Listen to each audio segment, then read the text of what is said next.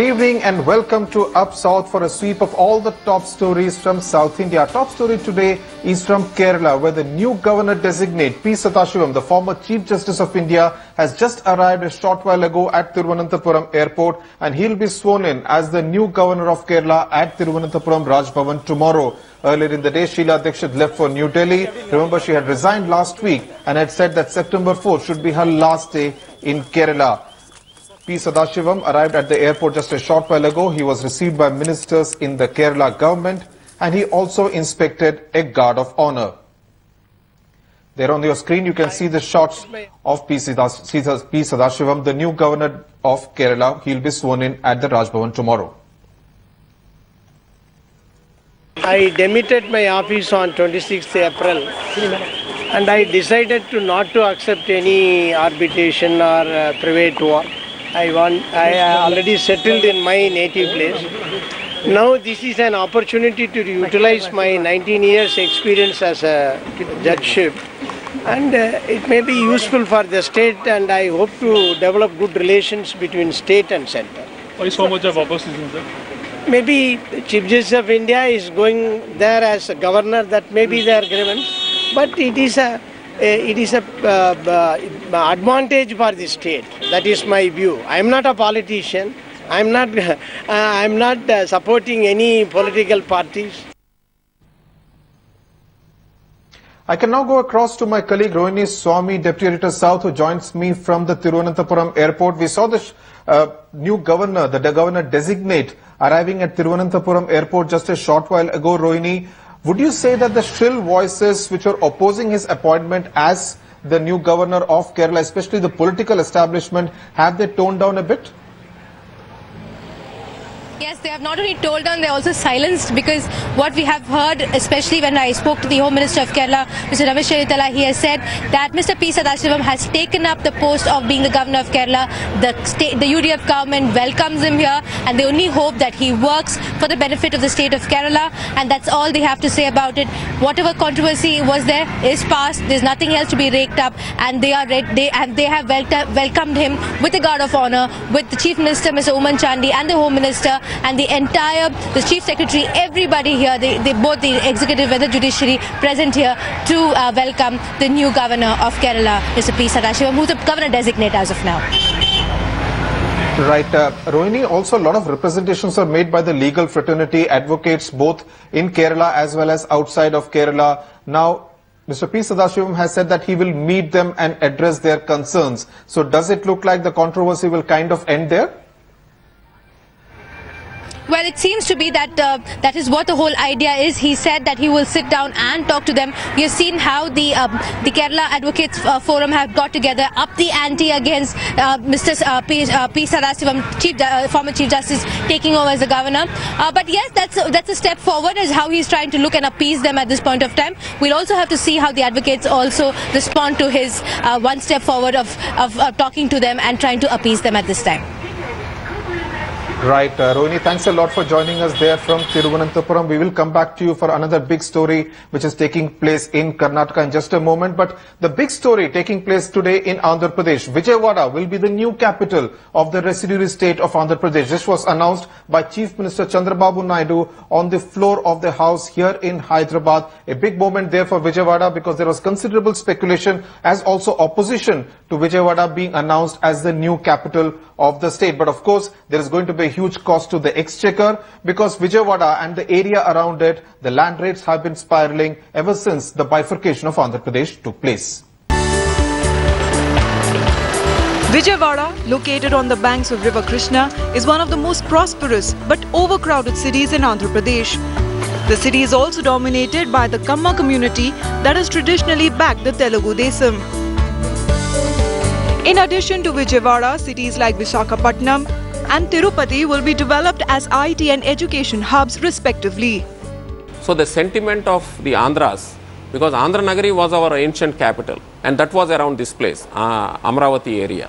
So that will also suffice.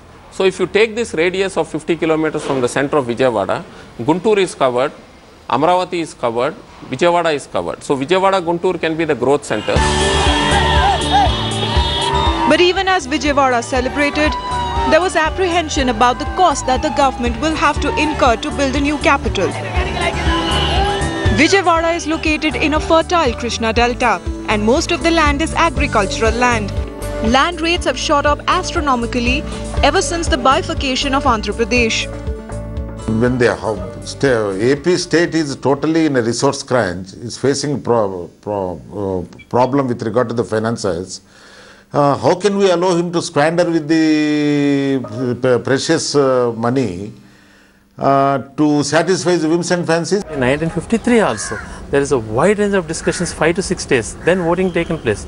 After that they took a decision. Here you don't want any discussion, just he wants a statement. It's very undemocratic. It is not unilateral decision, it is the decision of the government. It is the prerogative of the government. According to the Sivaram committee also, it is the prerogative of the government. Government can decide which is the correct suitable position for the capital.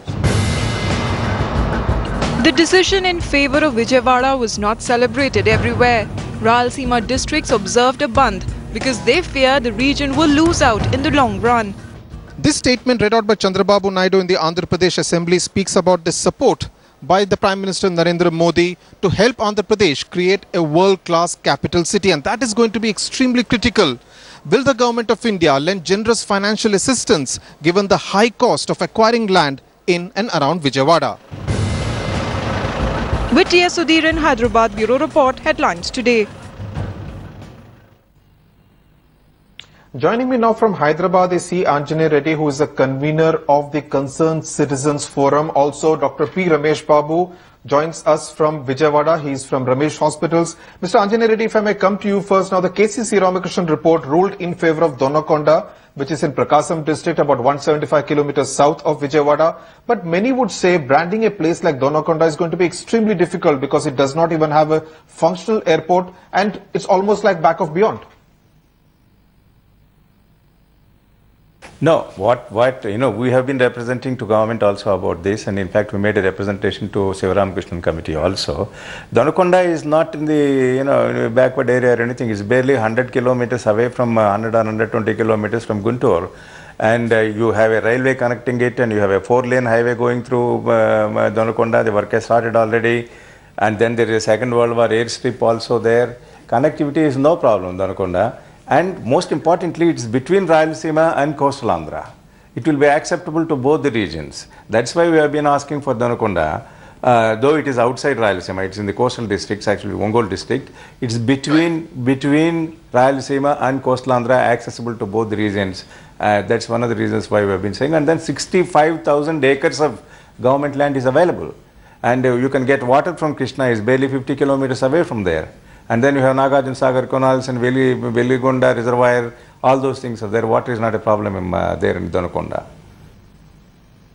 Right. Dr. Ramesh Babu, if I may come to you, first of all, perhaps I should congratulate you as a citizen of Vijayawada. You're going to be there in the new capital of Andhra Pradesh. But the big story is about how the land rates are astronomically high there in and around Vijayawada.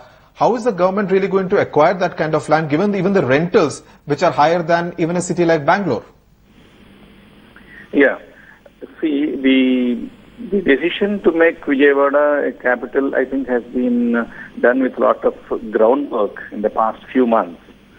And predominantly it is the connectivity and the entrepreneurship of the people of this area. And the land rates in the past few years have gone up fairly high in almost along the coastal belt, not only in Vijayawada, along the coastal belt land rates have gone up.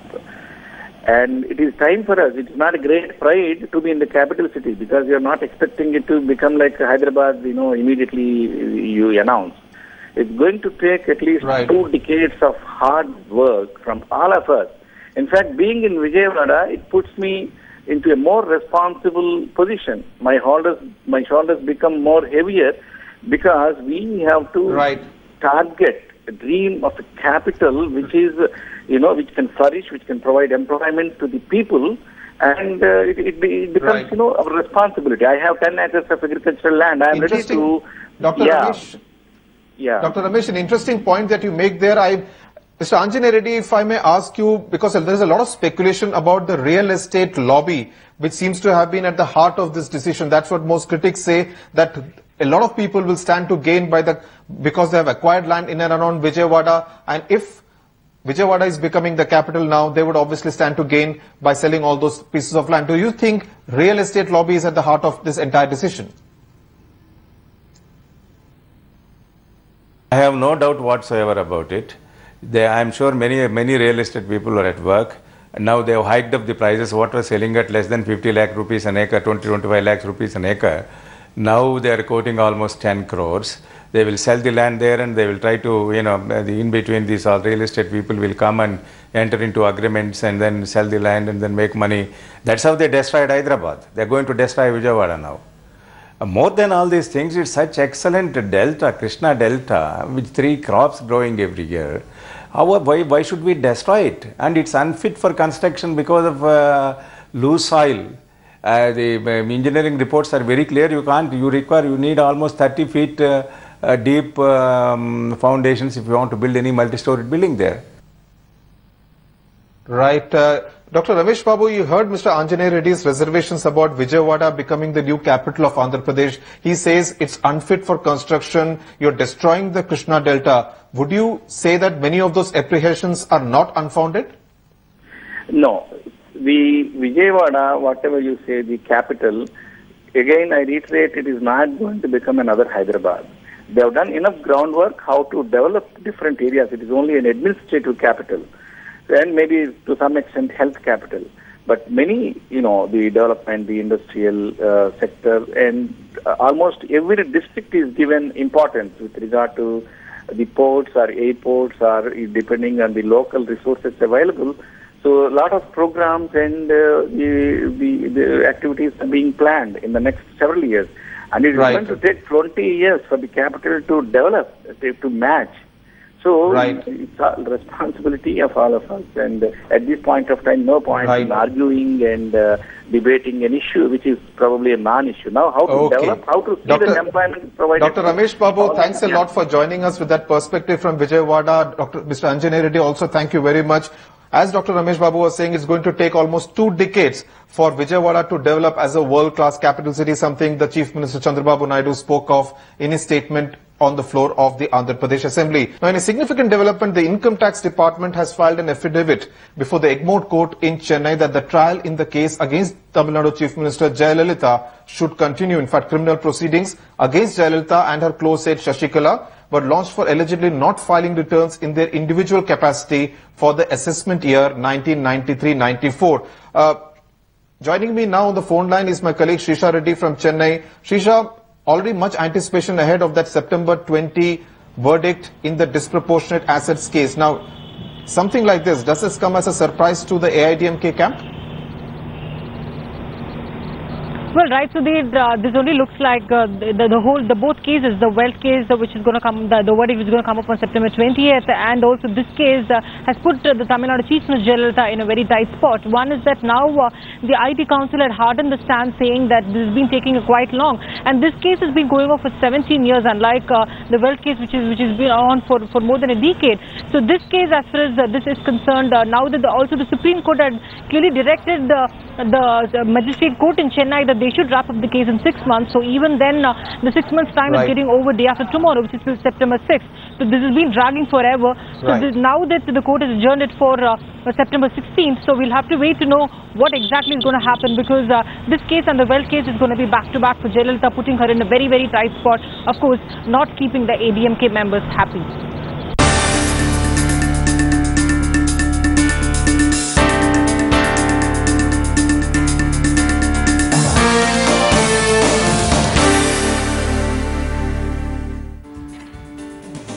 Welcome back. You're with Up South. Tomorrow is Teachers' Day, when Prime Minister Narendra Modi wants to interact with students all over the country. In fact, we did a check at some of the schools in different parts of India, and this is what we found at a Bangalore school, where in fact all kind of gadgets are being put so that there is no technical hitch for the students to listen to Prime Minister Narendra Modi, and in fact other arrangements are also being made. Let's listen in to what one of the students had to tell Headlines Today.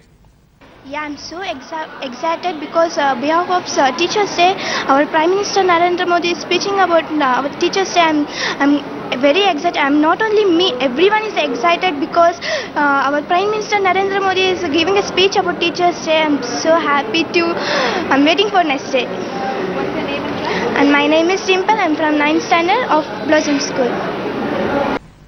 So a lot of enthusiasm there. Let me go across to my colleague Ratnika Sharma, who visited that particular school. Ratnika, in India's Silicon Valley, obviously everything has to go perfectly. There should not be any technical hitch. Is that what the endeavor of most of the schools in Bangalore is? Yes, Sudhir, in fact, the school that I visited today, even though it's not a very elite school, not a very high-level, medium-level school, but they still managed to get a projector, a screen, consoles, everything. In fact, today they were having a test run so that they can ensure that tomorrow there'll be absolutely no technical glitch, because the children seem very excited that the Prime Minister of India is going to address them, and it'll be the teachers are ensuring that it should be as good as the Prime Minister actually standing up in front of them at the podium and talking to them. So definitely students very excited, even the teachers are very curious and eager to see what is it that the Prime Minister wants to address and what is it that he wants to tell the children. And most importantly, in this particular school, what is interesting is that teachers are going that extra mile, and they are going to ensure that tomorrow, after the Prime Minister's speech, if the children, even though they understand Hindi, if the children have any questions and if they do not understand what the Prime Minister has spoken, the teachers will have an interaction with the kids, and they will ensure that the right messages come across of the Prime Minister, and they will help the children in translating the speech. Sudhir. Right. So it's going to be a Teachers' Day and Children's Day rolled into one. September 5, it's going to be a red letter day for most students in schools across India. Thanks a lot, Ratnika, for joining us from Bangalore. That's it then on Up South. News and updates will continue on Headlines Today.